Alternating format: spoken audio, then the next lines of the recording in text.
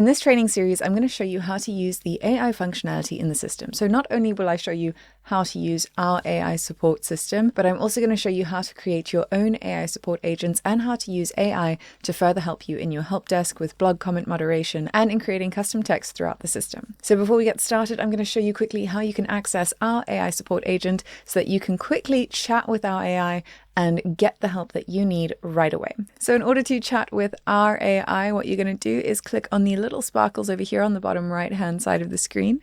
And here you'll be able to chat with our AI assistant. Now I am working in a dev environment, so it's giving me this little note that says, I'm still learning the ropes. I'll be ready to help once I've been trained. It's simply because this system hasn't been trained. This system is not online. So this is going to look very different for you in your system. What you'll be able to do is chat with this AI, and any help you need within the system, you can just say, hey, how do I build this kind of funnel? Or where do I find this? Whatever it is that you need help with, you can quickly ask our AI and it'll be able to help you out. So when you start setting up your AI agents, it's going to give you the same notice unless you train it. But I'm going to show you how to train it, how to set everything up in the upcoming videos. So let's get started and I'll see you there.